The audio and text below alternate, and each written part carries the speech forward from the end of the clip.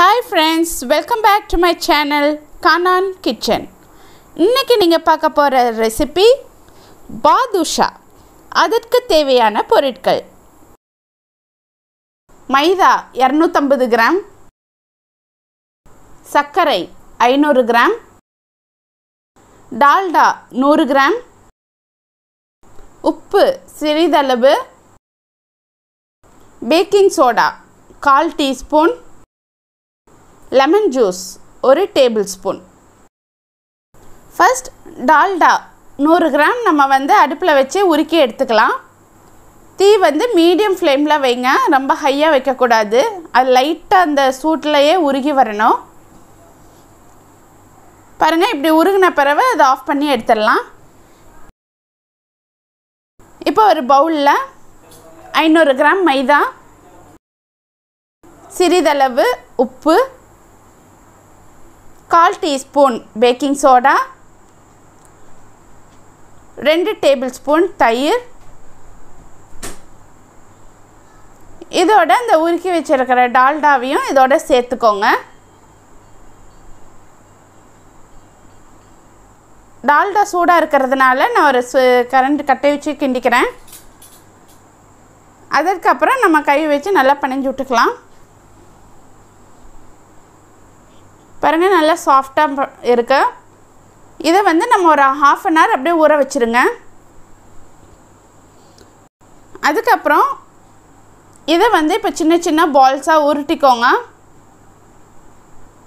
லைட்டாக இப்படி ஒரு ப்ரெஸ் பண்ணிவிட்டு உங்கள் தம் ஃபிங்கரை வச்சு நடுவில் ஒரு ஓட்டை மாதிரி போட்டு இப்படி ஒரு சுருட்டு பண்ணி எடுத்துக்கோங்க. ரொம்ப அழுத்தி பண்ண வேண்டாம், மெதுவாக அப்படியே ஒரு இம்ப்ரெஷன் வச்சு பண்ணால் போதும்.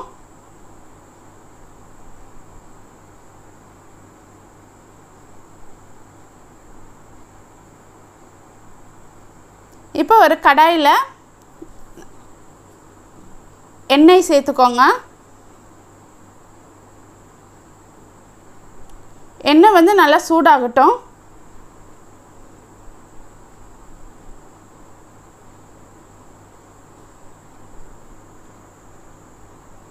எண்ணெய் நல்லா சூடான பிறகு ரொம்ப சிம்மில் வச்சுருங்க. சிம்மில் வச்சுட்டு பாதுஷா உருண்டை பிடிச்சி வச்சுருக்கோம்ல, இப்போ அந்த உருண்டையை இதோட ஆட் பண்ணிக்கலாம். அதுவே நல்லா மேலே எலும்பி வரும். அது வரைக்கும் நீங்கள் எதுவுமே பண்ண வேண்டாம். பாருங்கள், அது எலும்பி வருது. இப்போ அதை ஒவ்வொன்றா திருப்பி விட்டுக்கோங்க.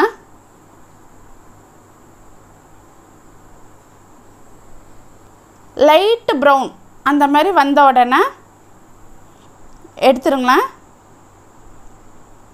பாருங்கள், மீடியம் ஃப்ளேம்லேயே வச்சு பண்ணோன்னே கலர் பாருங்கள் ஈவன் கலரில் இருக்கும், ஒரே கலரில் இருக்குது பாருங்கள். அப்போ தான் உள்ள வரைக்கும் மாவு நல்லா வெந்து வரும் உங்களுக்கு. இப்போ பாகு ரெடி பண்ணிடலாம்.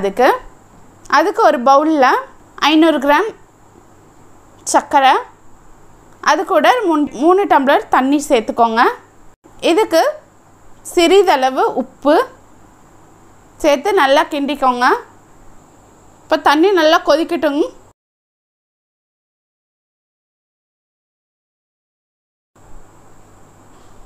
பாருங்கள், நல்லா கொதிக்க ஆரம்பிச்சிருச்சு. இப்போ இது கூட 1 டேபிள்ஸ்பூன் லெமன் ஜூஸ் சேர்த்துக்கலாம். சேர்த்ததுக்கப்புறம் நல்லா கிண்டி விடுங்க. பாகு கிண்டின பிறகு ஒரு கம்பி பதம் வர்ற வரைக்கும் நம்ம நல்லா காய்ச்சிடணும். இந்த ஜீரா கொஞ்சமாக எடுத்து கையில் தொட்டு இழுத்து பாருங்கள், ஒரு ஸ்ப்ரிங் மாதிரி இழுக்கணும். இந்த மாதிரி ஸ்டிக்கியாக வந்ததுக்கப்புறம் நம்ம இப்போ இதை ஆஃப் பண்ணிடலாம். இப்போ இது கூட நீங்கள் பாதுஷா எடுத்து வச்சுருக்கீங்கல்ல, எண்ணெயில் ஃப்ரை பண்ணி வச்சுருக்கிறத இது கூட ஆட் பண்ணிடுங்க. உடனே திருப்ப வேண்டாம். பாருங்கள், இது நல்லா உங்களுக்கே தெரியும், நல்லா டிரான்ஸ்பரண்ட்டாக வருது பாருங்கள். ஜீரா உள்ளே குடிச்சு போய் இப்படி வரும்போது அடுத்த சைடும் மாற்றி போடுங்க. போட்டு இது ஜீராலேருந்து எடுத்து வெளியூர் வேறு ஒரு பிளேட்டுக்கு ட்ரான்ஸ்ஃபர் பண்ணி வச்சுருங்க.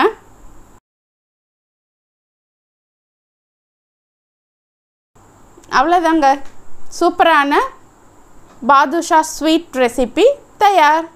இந்த ரெசிபியை கண்டிப்பாக உங்கள் வீட்லேயும் செய்து பாருங்கள். மறக்காமல் எங்களுக்கு கமெண்ட் பண்ணுங்கள், லைக் பண்ணுங்கள், ஷேர் பண்ணுங்கள், சப்ஸ்கிரைப் பண்ணுங்கள், பெல் பட்டனை ப்ரெஸ் பண்ணுங்கள். மீண்டும் அடுத்த சுவையான ரெசிபியுடன் நான் உங்களை சந்திக்கிறேன். நன்றி.